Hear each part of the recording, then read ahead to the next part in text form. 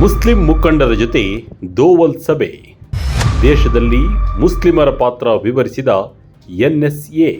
ಭಾರತ ಒಂದು ಬೃಹತ್ ಶಿಪ್. ಈ ಹಡಗು ಮುಳುಗಿದ್ರೆ ನಾವೆಲ್ಲರೂ ಒಟ್ಟಿಗೆ ಮುಳುಗ್ತೇವೆ. ಇದು 14 ಜನ ಪ್ರಭಾವಿ ಮುಸ್ಲಿಂ ಗಣ್ಯರ ಜೊತೆಗಿನ ಹೈ ಲೆವೆಲ್ ಮೀಟಿಂಗ್ನಲ್ಲಿ ರಾಷ್ಟ್ರೀಯ ಭದ್ರತಾ ಸಲಹೆಗಾರ ಅಜಿತ್ ದೋವಲ್ ಕೊಟ್ಟ ಖಡಕ್ ಸಂದೇಶ.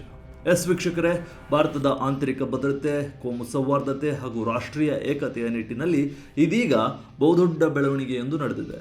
ಭಾರತವನ್ನು ಬಲಿಷ್ಠ ರಾಷ್ಟ್ರವನ್ನಾಗಿ ಮಾಡಲು ಕೇವಲ ಗಡಿ ಭದ್ರತೆ ಮಾತ್ರವಲ್ಲ, ದೇಶದ ಒಳಗಿನ ಆಂತರಿಕ ಒಗ್ಗಟ್ಟು ಕೂಡ ಅಷ್ಟೇ ಮುಖ್ಯ. ಇದೇ ನಿಟ್ಟಿನಲ್ಲಿ ರಾಷ್ಟ್ರೀಯ ಭದ್ರತಾ ಸಲಹೆಗಾರ ಅಜಿತ್ ದೋವಲ್ ಅವರು ಬಿಗ್ ಸ್ಟೆಪ್ ಅನ್ನು ಇಟ್ಟಿದ್ದಾರೆ. ದೇಶದ 14 ಪ್ರಮುಖ ಮುಸ್ಲಿಂ ಗಣ್ಯರು, ಉದ್ಯಮಿಗಳು ಹಾಗೂ ಬುದ್ಧಿಜೀವಿಗಳ ಜೊತೆ ಒಂದು ಹೈ ಲೆವೆಲ್ ಮೀಟಿಂಗ್ ಮಾಡಿದ್ದಾರೆ.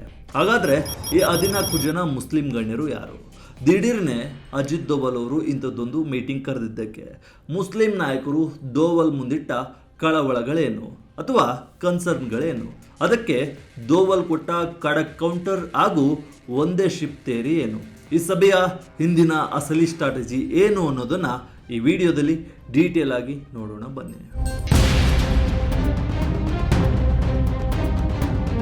ವೀಕ್ಷಕರೇ, ಅಜಿತ್ ದೋವಲ್ ಅವರು ಮುಸ್ಲಿಂ ಮುಖಂಡರ ಜೊತೆ ಏಪ್ರಿಲ್ 18ರಂದೇ ಈ ಮೀಟಿಂಗ್ ಅನ್ನ ನಡೆಸಿದ್ದಾರೆ. ಆದರೆ ಅದು ಈಗ ಬಹಿರಂಗವಾಗಿದೆ. ಹೊಸ ಪ್ರಧಾನಮಂತ್ರಿ ಕಾರ್ಯಾಲಯದಲ್ಲಿ ಈ ಮಹತ್ವದ ಸಭೆ ನಡೆದಿದೆ. ಸುಮಾರು 90 ನಿಮಿಷಗಳ ಕಾಲ ನಡೆದ ಈ ಸುದೀರ್ಘ ಸಭೆಯಲ್ಲಿ ಮುಸ್ಲಿಂ ಸಮುದಾಯದ ಮುಖಂಡರು ತಮ್ಮ ಕಳವಳಗಳನ್ನು, ನೋವುಗಳನ್ನು ಹಾಗೂ ಭವಿಷ್ಯದ ದೃಷ್ಟಿಕೋನವನ್ನು ದೋವಲ್ ಅವರ ಮುಂದಿಟ್ಟಿದ್ದಾರೆ. ಎಲ್ಲರ ಮಾತುಗಳನ್ನು ಅತ್ಯಂತ ತಾಳ್ಮೆಯಿಂದ ಆಲಿಸಿದ ಅಜಿತ್ ದೋವಲ್ ಅವರು ಭಾರತವನ್ನು ಒಂದು ಬೃಹತ್ ಶಿಪ್ಗೆ ಹೋಲಿಸಿ ದೇಶದ ಭದ್ರತೆ ಮತ್ತು ಅಭಿವೃದ್ಧಿಯಲ್ಲಿ ಮುಸ್ಲಿಮರ ಪಾತ್ರವೇನು ಅನ್ನೋದನ್ನು ಎಳೆ ಎಳೆಯಾಗಿ ಬಿಚ್ಚಿಟ್ಟಿದ್ದಾರೆ. ಯಾರು ಈ 14 ಮುಸ್ಲಿಂ ಗಣ್ಯರು? ಸಭೆಯ ಅಸಲಿ ಉದ್ದೇಶವೇನು? ವೀಕ್ಷಕರೇ, ಅಜಿತ್ ದೋವಲ್ ಅವರು ಭೇಟಿಯಾದ ನಿಯೋಗದಲ್ಲಿ ಕೇವಲ ಧಾರ್ಮಿಕ ಮುಖಂಡರು ಮಾತ್ರ ಇರಲಿಲ್ಲ. ಬದಲಾಗಿ ಸಮಾಜದ ವಿವಿಧ ಕ್ಷೇತ್ರಗಳಲ್ಲಿ ಸಾಧನೆ ಮಾಡಿದ ಪ್ರಭಾವಿ 14 ಮುಸ್ಲಿಂ ಗಣ್ಯರು ಈ ಸಭೆಯಲ್ಲಿ ಭಾಗಿಯಾಗಿದ್ದರು. ಈ 14 ಜನರ ನಿಯೋಗವನ್ನು ಮುನ್ನಡೆಸಿದವರು ಖ್ಯಾತ ಉದ್ಯಮಿ ಹಾಗೂ ಶಿಕ್ಷಣ ತಜ್ಞ ಜಫರ್ ಸರೇಶ್ವಾಲಾ.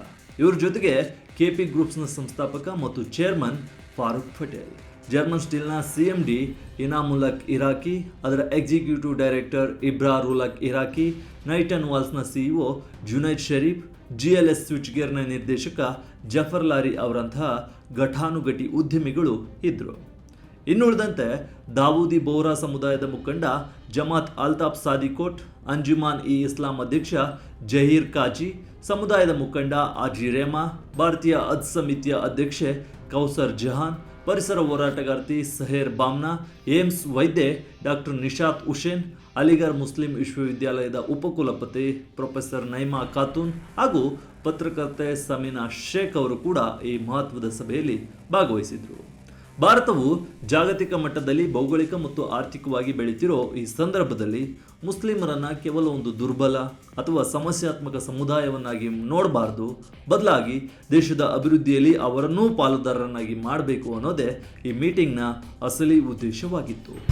ಮುಸ್ಲಿಂ ನಿಯೋಗ ದೋವಲ್ ಮುಂದಿಟ್ಟ ಕಳವಳಗಳೇನು? ಸೋಷಿಯಲ್ ಮೀಡಿಯಾ ಟಾರ್ಗೆಟ್ ಬಗ್ಗೆ ಅಸಮಾಧಾನ. ವೀಕ್ಷಕರೇ, ಸುಮಾರು 1.5 ಗಂಟೆಗಳ ಕಾಲ ನಡೆದ ಈ ಸಭೆಯಲ್ಲಿ ಮುಸ್ಲಿಂ ಗಣ್ಯರು ಯಾವುದೇ ರಾಜಕೀಯ, ಪೊಲಿಟಿಕಲ್ ಅಥವಾ ಕಿರಿದಾದ ಧಾರ್ಮಿಕ ಬೇಡಿಕೆಗಳನ್ನು ಇಡಲಿಲ್ಲ. ಬದಲಾಗಿ ಸಾಮಾಜಿಕ, ಆರ್ಥಿಕ ಹಾಗೂ ಭದ್ರತೆಗೆ ಸಂಬಂಧಿಸಿದ ಆತಂಕಗಳನ್ನು ದೋವಲ್ ಅವರ ಮುಂದಿಟ್ಟರು. ಪ್ರಮುಖವಾಗಿ ಅವರು ಕೇಳಿದ್ದು ಸಮಾನ ಅವಕಾಶ, ಅಂದರೆ ಲೆವೆಲ್ ಪ್ಲೇಯಿಂಗ್ ಫೀಲ್ಡ್. ನಮಗೆ ಯಾವುದೇ ವಿಶೇಷ ಸವಲತ್ತು ಬೇಡ, ಹಾಗಂತ ನಮ್ಮನ್ನು ತಾರತಮ್ಯದಿಂದಲೂ ನೋಡಬಾರ್ದು. ಮುಸ್ಲಿಮರನ್ನು ಅನುಮಾನದಿಂದ ನೋಡೋ ಅಥವಾ ಕೇವಲ ವೋಟ್ ಬ್ಯಾಂಕ್ ಆಗಿ ಬಳಸಿಕೊಳ್ಳೋ ಬದಲು ರಾಷ್ಟ್ರ ನಿರ್ಮಾಣ ಮತ್ತು ಭದ್ರತೆಯಲ್ಲಿ ನಮ್ಮನ್ನು ಸಮಾನ ಪಾಲ್ದಾರರೆಂದು ಪರಿಗಣಿಸಬೇಕು ಅಂತ ನಿಯೋಗ ಮನವಿ ಮಾಡಿತು. ಇದೇ ವೇಳೆ ಪತ್ರಕರ್ತೆ ಸಮೀನಾ ಶೇಖ್ ಅವರು ಒಂದು ಮಹತ್ವದ ವಿಚಾರವನ್ನು ಕೂಡ ಪ್ರಸ್ತಾಪಿಸಿದರು. ಡಿಜಿಟಲ್ ಯುಗದಲ್ಲಿ ಸಾಮಾಜಿಕ ಜಾಲತಾಣಗಳಲ್ಲಿ ಸಣ್ಣ ಪುಟ್ಟ ವಿಚಾರಗಳನ್ನು ದೊಡ್ಡದಾಗಿ ಬಿಂಬಿಸಿ ಮುಸ್ಲಿಮರನ್ನು ಟಾರ್ಗೆಟ್ ಮಾಡಲಾಗ್ತಿದೆ, ನಿಂದಿಸಲಾಗ್ತಿದೆ. ಇದರಿಂದ ಸಮಾಜದಲ್ಲಿ ಧ್ರುವೀಕರಣ ಹೆಚ್ಚಾಗ್ತಿದ್ದು ಮುಸ್ಲಿಂ ನಾಗರಿಕರ ಘನತೆ ಮತ್ತು ಸುರಕ್ಷತೆಗೆ ಧಕ್ಕೆ ಆಗ್ತಿದೆ.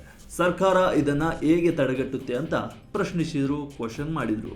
ಇನ್ನು ಶಿಕ್ಷಣ ಮತ್ತು ಉದ್ಯೋಗದ ಬಗ್ಗೆ ಮಾತನಾಡಿದ ಉದ್ಯಮಿಗಳು ಮುಸ್ಲಿಂ ಯುವಕರಿಗೆ ಮುಖ್ಯವಾಹಿನಿಯ ಆರ್ಥಿಕತೆಯಲ್ಲಿ ಮತ್ತು ಭದ್ರತಾ ವಲಯಗಳಲ್ಲಿ ಜಾಸ್ತಿ ಅವಕಾಶ ಸಿಗಬೇಕು. ಮುಸ್ಲಿಂ ಶಿಕ್ಷಣ ಸಂಸ್ಥೆಗಳಿಗೆ ಮತ್ತು ಉದ್ಯಮಿಗಳಿಗೆ ಸರ್ಕಾರದ ಬೆಂಬಲ ಸಿಕ್ಕರೆ, ಸಪೋರ್ಟ್ ಸಿಕ್ಕರೆ ಸಮುದಾಯವು ದೇಶದ GDP ಹೆಚ್ಚಿಸುವಲ್ಲಿ ದೊಡ್ಡ ಕೊಡುಗೆಯನ್ನು ನೀಡಬಲ್ಲದು, ಕಾಂಟ್ರಿಬ್ಯೂಷನ್ ಅನ್ನು ನೀಡಬಲ್ಲದು ಅಂತ ಸಲಹೆಯನ್ನು ಕೂಡ ನೀಡಿದರು. ನಾವು ಕೂಡ ದೇಶದ ರಕ್ಷಕರು, ನಮ್ಮನ್ನು ರಾಷ್ಟ್ರ ಭದ್ರತೆಯ ಭಾಗವಾಗಿ ನೋಡಿ ಅಂತ ನಿಯೋಗದ ಸದಸ್ಯರು ಒಕ್ಕೊರಲಿನಿಂದ ಅಜಿತ್ ದೋವಲ್ಗೆ ಮನವಿಯನ್ನು ಮಾಡಿದರು. ಅಜಿತ್ ದೋವಲ್ ಒಂದೇ ಹಡಗು ಸಿದ್ಧಾಂತ, ಮುಸ್ಲಿಂ ಸಮುದಾಯವೇ ಮೊದಲ ದನಿ ಎತ್ತಬೇಕು. ಮುಸ್ಲಿಂ ಗಣ್ಯರ ಎಲ್ಲ ಮಾತುಗಳನ್ನು ಕೇಳಿಸಿಕೊಂಡ ಅಜಿತ್ ದೋವಲ್ ಅವರು ಅತ್ಯಂತ ಪ್ರಭಾವಶಾಲಿ ಉತ್ತರವನ್ನೇ ನೀಡಿದ್ದಾರೆ. ಈ ವೇಳೆ ದೋವಲ್ ಅವರು ಬಳಸಿದ ಆ ಒಂದು ಡೈಲಾಗ್ ಈಗ ಎಲ್ಲೆಡೆ ವೈರಲ್ ಆಗ್ತಿದೆ. ಅದೇ, ನಾವು ಒಟ್ಟಿಗೆ ತೇಲ್ತೇವೆ ಇಲ್ಲವೇ ಒಟ್ಟಿಗೆ ಮುಳುಗ್ತೇವೆ, ಅಂದರೆ we sail or we sink together ಎಂಬ ಹಡಗಿನ ಸಿದ್ಧಾಂತವನ್ನು ಹೇಳಿದ್ದಾರೆ. ವೀಕ್ಷಕರೇ, ಭಾರತ ಎಂಬುದು ಒಂದು ಬ್ರೂವರ್ ಶಿಪ್ ಇದ್ದಂತೆ. ಇಲ್ಲಿರುವ ಪ್ರತಿಯೊಬ್ಬ ನಾಗರಿಕನು ಆ ದೋಣಿಯ ನಾವಿಕನಿದ್ದಂತೆ. ನಾವೆಲ್ಲರೂ ಒಂದೇ ಶಿಪ್ನಲ್ಲಿದ್ದೇವೆ. ಈ ಶಿಪ್ ಸುರಕ್ಷಿತವಾಗಿ ಗುರಿ ಮುಟ್ಟಿದ್ರೆ ನಾವೆಲ್ಲರೂ ಬದುಕುಳಿತೀವಿ, ಅಭಿವೃದ್ಧಿ ಹೊಂದ್ತೀವಿ. ಒಂದೊಮ್ಮೆ ಒಳ ಜಗಳ, ಕೋಮು ಸಂಘರ್ಷದಿಂದ ಹಡಗಿಗೆ ರಂಧ್ರ ಬಿದ್ದರೆ ಇಡೀ ದೇಶವೇ ಮುಳುಗುತ್ತೆ. ಆಗ ಯಾವುದೇ ಒಂದು ಕಮ್ಯುನಿಟಿ ಮಾತ್ರ ಪಾರಾಗಲು ಸಾಧ್ಯವಿಲ್ಲ ಅಂತ ದೋವಲ್ ವಾರ್ನಿಂಗ್ ಅನ್ನು ನೀಡಿದ್ದಾರೆ. ದೇಶದ ಆಂತರಿಕ ಭದ್ರತೆ ಕೇವಲ ಸೈನಿಕರ ಜವಾಬ್ದಾರಿ ಅಲ್ಲ, ಅದು ಪ್ರತಿಯೊಬ್ಬರ ಜವಾಬ್ದಾರಿ ಅಂತ ಇದೇ ವೇಳೆ ಅಜಿತ್ ದೋವಲ್ ಕ್ಲಾರಿಫಿಕೇಶನ್ ಕೊಟ್ಟರು. ಇದೇ ವೇಳೆ ಮುಸ್ಲಿಮರು ನಾವು ದುರ್ಬಲರು, ನಮ್ಮನ್ನು ಟಾರ್ಗೆಟ್ ಮಾಡಲಾಗ್ತಿದೆ ಎಂಬ ವಿಕ್ಟಿಮ್ ಮನಸ್ಥಿತಿಯಿಂದ ಹೊರಬರಬೇಕು ಅಂತ ದೋವಲ್ ಪರೋಕ್ಷವಾಗಿ ಹೇಳಿದ್ದಾರೆ. ನೀವು ವಿಶೇಷ ಸವಲತ್ತುಗಳನ್ನು ಕೇಳೋ ಬದಲು ನಿಮ್ಮ ಜವಾಬ್ದಾರಿ, ಸಾಧನೆ ಮತ್ತು ದೇಶದ ಆರ್ಥಿಕತೆಗೆ ನೀಡೋ ಕೊಡುಗೆಯ ಮೇಲೆ ಗಮನ ಹರಿಸಿ. ರಾಷ್ಟ್ರೀಯ ಭದ್ರತೆಗೆ ಧಕ್ಕೆ ತರುವಂತಹ ಉಗ್ರವಾದ ಮತ್ತು ಪ್ರತ್ಯೇಕತಾವಾದಿಗಳ ಶಕ್ತಿಗಳ ವಿರುದ್ಧ ಮುಸ್ಲಿಂ ಸಮುದಾಯವೇ ಮೊದಲು ದನಿ ಎತ್ತಬೇಕು. ಮೌನವಾಗಿರೋದು ಅಥವಾ ಉಗ್ರವಾದವನ್ನು ಖಂಡಿಸದೇ ಇರೋದು ದೇಶದ ಭದ್ರತೆಗೆ ಮಾರಕವಾಗುತ್ತೆ ಅಂತ ಅಜಿತ್ ದೋವಲ್ ಈ ವೇಳೆ ಕ್ಲಿಯರ್ ಆಗಿ ಮುಸ್ಲಿಂ ಮುಖಂಡರಿಗೆ ಸ್ಪಷ್ಟಪಡಿಸಿದ್ದಾರೆ. ಸೈನ್ಯದಲ್ಲಿ ಮುಸ್ಲಿಂ ಯುವಕರ ನೇಮಕಾತಿ, ಮೌನ ಕ್ರಾಂತಿಯ ಬಗ್ಗೆ ದೋವಲ್ ಹೇಳಿದ್ದೇನು? ಇನ್ನು ಉದ್ಯೋಗ ಮತ್ತು ಅವಕಾಶಗಳ ಕೊರತೆಯ ಬಗ್ಗೆ ಮಾತನಾಡಿದ ಗಣ್ಯರಿಗೆ ದೋವಲ್ ಅವರು ಅಂಕಿಅಂಶಗಳ ಸಮೇತ ಉತ್ತರವನ್ನು ನೀಡಿದ್ದಾರೆ. ಕಳೆದ 12 ವರ್ಷಗಳಲ್ಲಿ ಅಂದರೆ 2014 ನಂತರ ಭಾರತೀಯ ಸೇನೆ ಮತ್ತು CRPF, BSF ನಂತಹ ಅರೆ ಸೇನಾ ಪಡೆಗಳಲ್ಲಿ ಮುಸ್ಲಿಂ ಯುವಕರ ನೇಮಕಾತಿ ಗಣನೀಯವಾಗಿ ಜಾಸ್ತಿಯಾಗಿದೆ. ಇದೊಂದು ಮೌನ ಕ್ರಾಂತಿ ಅಂತ ದೋವಲ್ ಬಣ್ಣಿಸಿದರು.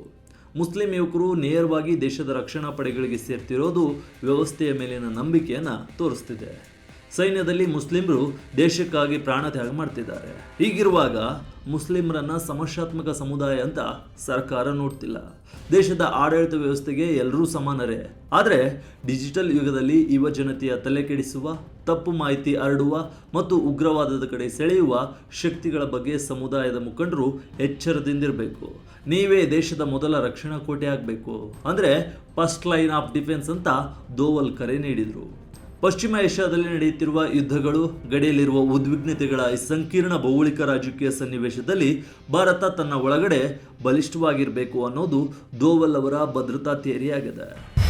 ಅಜಿತ್ ದೋವಲ್ ರಿಯಲ್ ದುರಂದರ್, ಇದು ಪಾಸಿಟಿವ್ ಮೆಸೇಜ್ ಎಂದ ಮುಸ್ಲಿಮರು. ಇನ್ನು ಈ ಮಹತ್ವದ ಸಭೆ ಬಗ್ಗೆ ಹಿರಿಯ ಪತ್ರಕರ್ತೆ ಶೀಲಾ ಭಟ್ ಅವರು ರಾಷ್ಟ್ರೀಯ ಭದ್ರತಾ ಸಲಹೆಗಾರ ಅಜಿತ್ ದೋವಲ್ ಅವರನ್ನ ರಿಯಲ್ ಲೈಫ್ ದುರಂದರ್ ಅಂತ ಬಣ್ಣಿಸಿದ್ದಾರೆ. ಅತ್ಯಂತ ಚಾಣಾಕ್ಷ ಹಾಗೂ ವಾಸ್ತವವಾದಿಯಾಗಿರುವ ದೋವಲ್ ಅವರು ಕೇವಲ ವೋಟ್ ಬ್ಯಾಂಕ್ ರಾಜಕಾರಣದಿಂದ ದೂರವಿರುವ 14 ಮುಸ್ಲಿಂ ಸಾಧಕರನ್ನ ಅತ್ಯಂತ ಕಾಳಜಿ ಮತ್ತು ಉದ್ದೇಶದಿಂದಲೇ ಆಯ್ಕೆ ಮಾಡಿದ್ರು ಅಂತ ಶೀಲಾ ಭಟ್ ಹೇಳಿದ್ದಾರೆ. ಇನ್ನು ಸಭೆ ಬಳಿಕ ಮಾತನಾಡಿದ ನಿಯೋಗದ ನೇತೃತ್ವ ವಹಿಸಿದ್ದ ಜಫರ್ ಸರೇಶ್ವಾಲಾ, ಸರ್ಕಾರವೇ ನಮ್ಮನ್ನು ಆಹ್ವಾನಿಸಿದ್ದು ಒಂದು ಪಾಸಿಟಿವ್ ಮೆಸೇಜ್. ನಾವು ಸಭೆಯಲ್ಲಿ ಸಮಾನ ಅವಕಾಶಗಳ ಬಗ್ಗೆ ಮನವಿ ಮಾಡಿದೆವು. ಮುಸ್ಲಿಮರ ವಿರುದ್ಧ ತಾರತಮ್ಯವೂ ಆಗಬಾರ್ದು, ಹಾಗೆಯೇ ಅವರಿಗೆ ಯಾವುದೇ ವಿಶೇಷ ಸವಲತ್ತುಗಳು ಬೇಡ ಅಂತ ಕ್ಲಾರಿಟಿಯನ್ನು ಕೊಟ್ಟು ಅಂತ ತಿಳಿಸಿದ್ದಾರೆ. ಒಟ್ನಲ್ಲಿ ಅಜಿತ್ ದೋವಲ್ ಅವರ ಭೇಟಿ ಕೇವಲ ಒಂದು ಸಾಮಾನ್ಯ ಸಭೆಯಾಗಿರಲಿಲ್ಲ. ಅಯೋಧ್ಯೆ ಅಥವಾ ಇನ್ನಿತರ ಸೂಕ್ಷ್ಮ ವಿಚಾರಗಳಲ್ಲಿ ದೇಶದಲ್ಲಿ ಶಾಂತಿ ಕಾಪಾಡುವ ನಿಟ್ಟಿನಲ್ಲಿ ದೋವಲ್ ಅವರು ಹಿಂದೂ, ಮುಸ್ಲಿಂ ಮತ್ತು ಸೂಫಿ ಸಂತರ ಜೊತೆ ಕಳೆದ 12 ವರ್ಷಗಳಿಂದ ಮಾಡ್ತಿರೋ ನಿರಂತರ ಪ್ರಯತ್ನದ ಒಂದು ಭಾಗವೇ ಈ ಸಭೆಯಾಗಿತ್ತು. ಒಂದು ಕಡೆ ಮುಸ್ಲಿಂ ಸಮುದಾಯದ ಸಾಧಕರನ್ನು ಗುರುತಿಸಿ ದೇಶದ ಮುಖ್ಯವಾಹಿನಿಗೆ ತರೋದು, ಮತ್ತೊಂದೆಡೆ ಅಲ್ಪಸಂಖ್ಯಾತರ ರೈಟ್ಸ್ಗಳ ಬಗ್ಗೆ ವಿದೇಶಗಳು ಮಾಡೋ ಟೀಕೆಗಳಿಗೆ ತಕ್ಕ ತಿರುಗೇಟು ನೀಡೋದು ಸರ್ಕಾರದ ಬಹುದೊಡ್ಡ ಸ್ಟ್ರಾಟಜಿ ಆಗಿದೆ.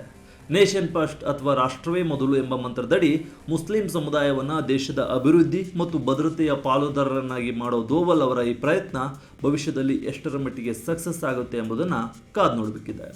ಇದು ವಿಜಯ ಕರ್ನಾಟಕ ವಿಶೇಷ. ಇದೇ ರೀತಿಯ ಹೆಚ್ಚಿನ ವಿಡಿಯೋಗಳಿಗಾಗಿ ವಿಜಯ ಕರ್ನಾಟಕ ವೆಬ್ ಅನ್ನು ಫೇಸ್ಬುಕ್, ಯೂಟ್ಯೂಬ್ ಮತ್ತು ಇನ್ಸ್ಟಾಗ್ರಾಮ್ನಲ್ಲಿ ಫಾಲೋ ಮಾಡಿ. ಧನ್ಯವಾದ.